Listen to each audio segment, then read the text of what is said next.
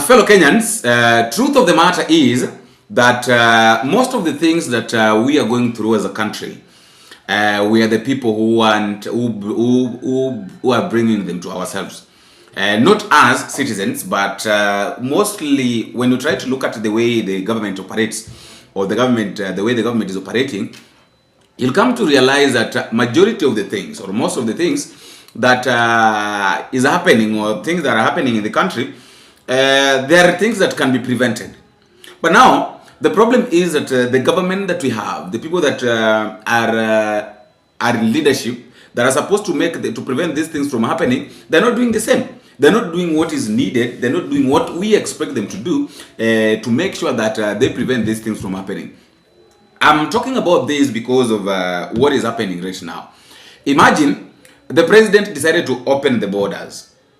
By opening the Somali border, it means that the Al-Shabaab were given room to come into Kenya very easily. Now, the president decided to do away with the issue of vetting, so that before giving people IDs, mostly in Northeastern, the people are not being vetted.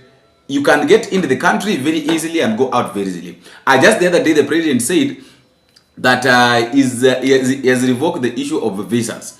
So it means that any other person that is coming from another country can come to Kenya without visa. Once you have your passport, you can come to Kenya, you do your things. You know the problem, the reasons why a country, when you're going to another country, you must have a visa is to set the purpose of your visit. Number two, how long are you going to be there? Number three, for the security purposes, in case of anything, it is very easy for you to be secured. Now, if you have a visa, when your visit is not genuine, then it is very easy for even the borders, security borders, and the security borders to either prevent you from getting in the country or make you get in the country. So, or allow you get in the country. So those are the kind of things that now the president wants to do away with. He wants to do away with the visa. Of course, he did away with the IDs. Right now, we don't know the number of Al-Shabaab that are in this country. Whereas the Ministry of Interior and National Administration has reviewed and piloted new guidelines for registration and issuance of identity cards in border communities. Reasons, therefore, I, William Samoei Ruto, President and Commander-in-Chief of the Kenya Defense Forces, having considered the said petitions in light of the Constitution of Kenya, our national values and principles of governance, by authority vested in me by the Constitution of Kenya, do hereby proclaim and order. Number one, that the extra requirements for vetting and ethnic profiling to which persons living within border counties are subjected to during registration and issuance of national identity documents shall be and is hereby discontinued. And number two, that persons, bodies, and authorities within the Republic of Kenya mandated to issue national identity documents shall continuously review their guidelines and processes to ensure equitable, fair, and transparent process in identification and registration of all persons. Dated the 5th February, the year of the Lord, 2025. Asanteni sana.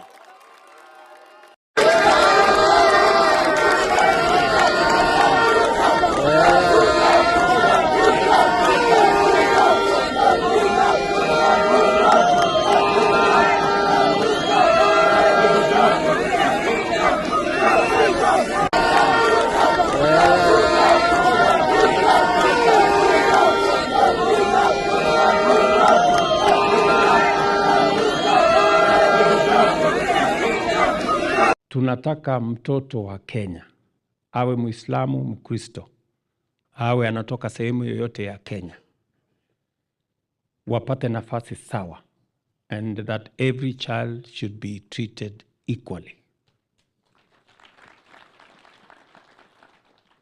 Ile policy ilikuweko pale mbeleni imebidi tuibadilishe. And we have now concluded the policy documents, and from the beginning of May this year, in a few days from now, there will no longer be vetting for people who want to get IDs. And I am going to be issuing a policy document to make sure that we have a mechanism that is similar to other Kenyans, so that we don't discriminate on the basis of religion or region. We don't know the number of killers that are in this country. Thanks to the president, because he did away with the issue of visa, with the issue of ID, the border checkup. So you can't be vetted. Now, there is something that has happened, and the KDF have killed Al-Shabaab. We don't know. I really don't know. You know, I really don't know how this thing is happening. I'm really trying to think how this thing is really happening.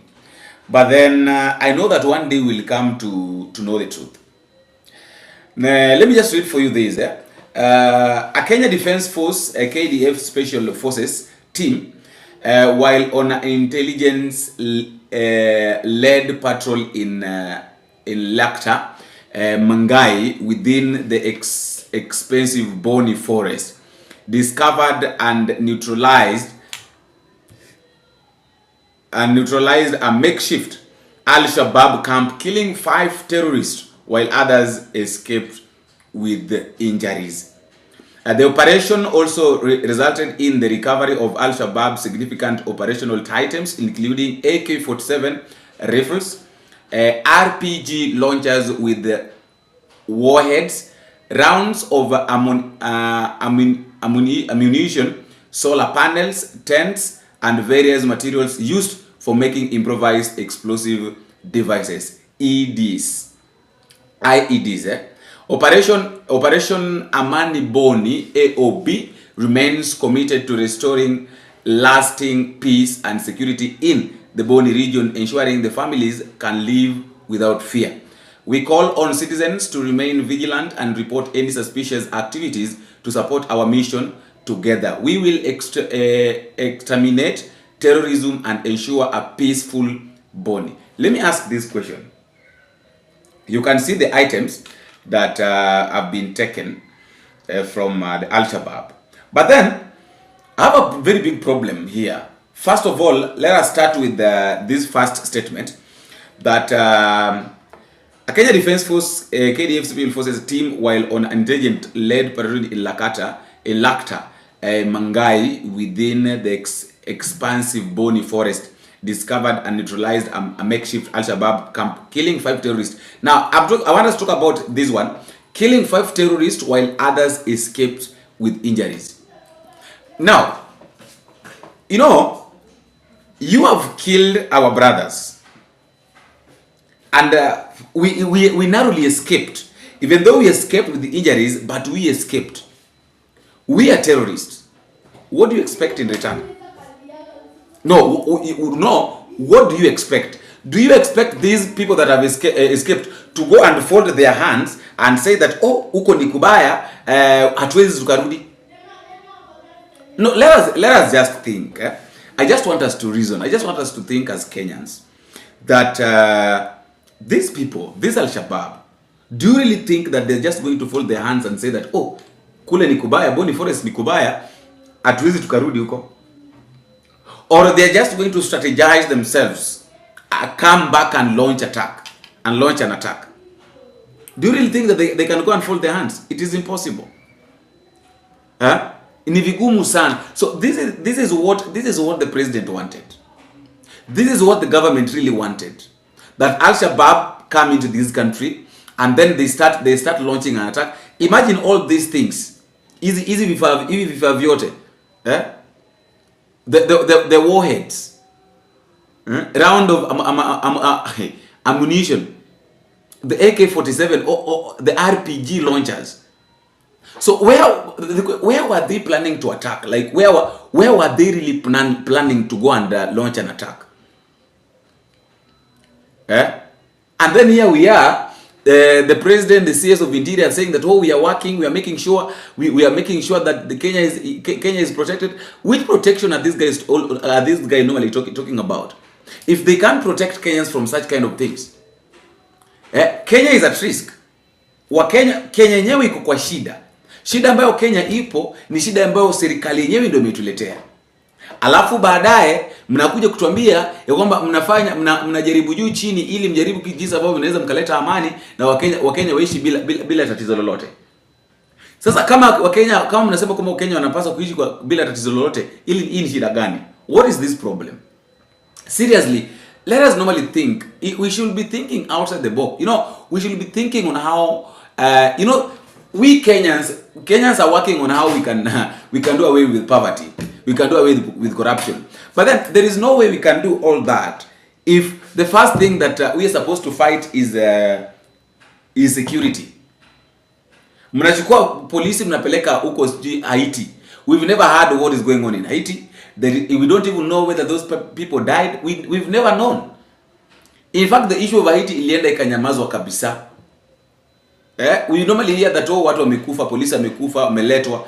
Do you really think that those police officers when you walienda Haiti, 70% of them are still alive? Ama tuseme tu 30 wamekufa. The government cannot talk about that because they know that what they did was wrong. Taking people to Haiti was wrong, and everybody was against it. But who is the president? The president decided to go and take them. So what can we say? Under that issue of attack, there are some of the comments. Some people are saying there is this guy called Masterpiece. Masterpiece is giving his comment and is saying that the weapons look very unpleasant if used in attack on Kenyans. I think those Kombolas can attack from far, so the enemy can use them to attack even guarded institutions. Good work, officers. Another one is saying that this is good news. This is why vetting along the borders is very important. Why issue IDs to terrorists to make it easy for them to attack innocent Kenyans? KDF, do your good job. William Ruto, you need to know, the Americans want to know why you are working with Al-Shabaab. Why, when you are in Mandera, you met 3 leaders of the Al-Shabaab militia at night to discuss business with them. They want to know why. This thing is not as easy as we thought. Allowing these people to come to the country. In fact, William Ruto stopping the issue of vetting of IDs at the border. First of all, there are 3 things that William Ruto did. Number 1, William Ruto made it easier for the enemies, for the terrorists to come into the country. Number 2, he made it easier for any Kenyan institute or any place to be attacked. Number 3, he exposed our country. He really exposed our country. And all those three things are just lying on attack. Like, what do you expect? Seriously, what do you expect? That is the question. What do you expect after allowing people to come into your country? After giving people chance to come to your country, what do you expect? Do you expect them to come and, like regarding the other time said that when you go to the street, you expect police officers to kiss you? Do you expect a terrorist to come to the country and start kissing us? It is impossible. A terrorist is just a terrorist. Whether it's your friend or not your friend, a terrorist is just a terrorist and can really terrorize you. That's the one thing I'm sure of. A terrorist can easily terrorize you. The second story is, I've had Oscar Sudi. Oscar Sudi is saying that by next year, as from next year, he's not going to do church harambes. Let us listen to Sudi. Biashara yote unaanzia chini. Ukikuja juu pole pole na haitaki tamaa. Na usione mtu mwingine mwenye amefanya kitu fulani pia unataka kufanya. Hapana, enda tu na base yako, utafika penye unaenda. Na ndio mimi nataka niwaambie, vijana wengi mnasikia wanaongea hapa, hawataki kufanya chochote, lakini unasikia tu kwa TikTok, kwa Facebook, kwa hizi, unaona? Lakini wakijitolea kama nyinyi na kufanya kazi, kila mtu lazima ufanye kazi ndio ukule. Lazima ufanye kazi ndio ufae. Lazima ufanye kazi ndio uende mbele. So mimi nataka niwaambie, nataka niwapromise. Na mmesaidiwa sana. Watu wa makanisa unasikia wametuambia sijui nini wako na kalele mingi. Mimi nimefunga maneno ya kanisa mwaka mzima, next year ninafanya empowerment peke yake.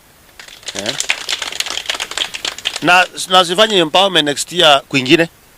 Ninafanya empowerment capsulate kwanza the whole of next year. Nataka niguse vijana wengi na wamama wengi na wazee wengi ili tukuje penye inatakikana, si ndio? Unajua sasa mtu anakupigia kelele. Mtu kama mimi nilianza kazi nikiwa 15 years. Unakuja unanipigia kelele ati usivae saa, sijui usivae viatu, sijui usifanye nini. So ni mtu mjinga sana. Badala uulize huyu mtu anafanyanga alianzia wapi ndio akafika penye amefika. Unaongea hapo na wewe ni mtoto mdogo badala ya kutafuta namna. Ni maneno ni kutafuta namna. Unaona vile umekuja hapa sasa hii. Hii ni namna hii, tunatafuta namna, tunaangalia, tunasukuma.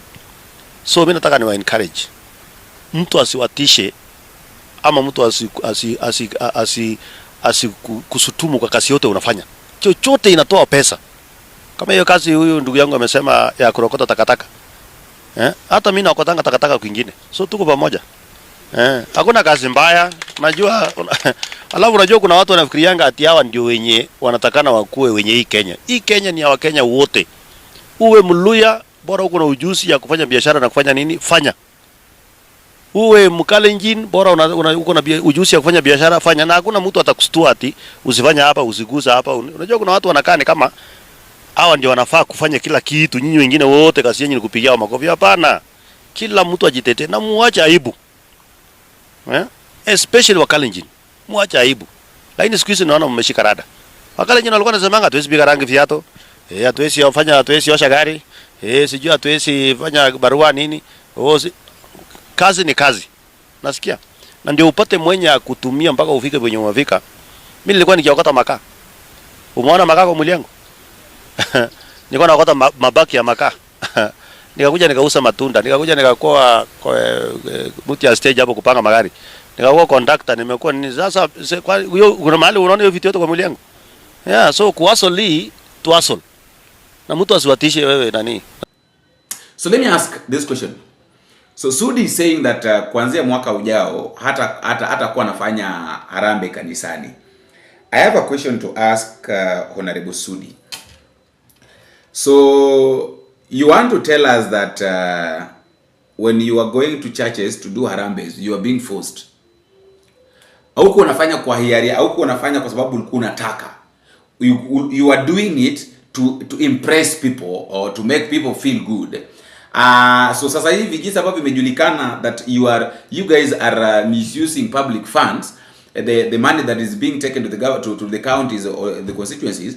Hiyo ndio pesa ambayo mnachukua mnapeleka mnaenda kufanya nazo harambee, alafu mnasema kwamba you are using your own money and then you are building your own pubs, doing your own businesses. So wakati ambapo wananchi wameanza sasa kuingia kuanza kujua ukweli ama kutaka kujua ukweli jinsi ambavyo mnatumia hela, that is when right now you guys are withdrawing. You are saying that we will not be doing any harambee. It's so much embarrassing. And you can't know, you won't know, but what that person will do, utakuja kulilia chooni. So Oscar Sudi is saying that ameacha mambo na kufanya, ataacha mambo na kufanya harambes kwenye in churches. I have this question to ask. When you are doing this, is there anybody that told you that Mister, we request you to come and help us here? Is there anybody that did that? Nobody. So these issues of chest thumping, I'm not doing this, simply because of blah blah blah, I think should stop. After all, guys, that is just my thought, and that is all I have for now. Let me also know what you think in the comment section. Don't forget to drop me a comment, tell me where you are watching this video from and how this video are reaching. And as I finish up, or as I wind up, I'm still reminding you guys that there is this book of The Mindset of a Winner. It's a very nice book. If you need a copy, you can email me or tell me at the comment section that you need one. I just need kama tunaweza jikusanya. I've already found people, so kama tunaweza jikusanya and then nijue ni namba ngapi, so that tukienda kutoa copies najua ni how many copies tunatoa, and then kisha wapata ni how many are you guys, and then I'll tell you the price, and then we find a way of how you can get a copy. After all, guys, that is just my thought, and that is all for now. Let us meet in the next video if it is possible.